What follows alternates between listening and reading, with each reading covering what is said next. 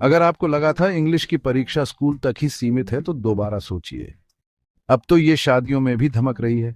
सोचिए जरा, शेखपुर शरीफ के हाजी अब्दुल्ला अपने होने वाले दामाद मोहम्मद जमील से शादी में इंग्लिश बोलने को कहते हैं। बेचारा जमील पसीने छूटते हुए एबीसीडी बोलता है जैसे कोई हिरण हेडलाइट्स में फंस गया हो। और अंदाजा लगाइए क्या हुआ, वो बुरी तरह फेल हो जाता है और पूरी बारात के साथ घर वापस भेज दिया जाता है।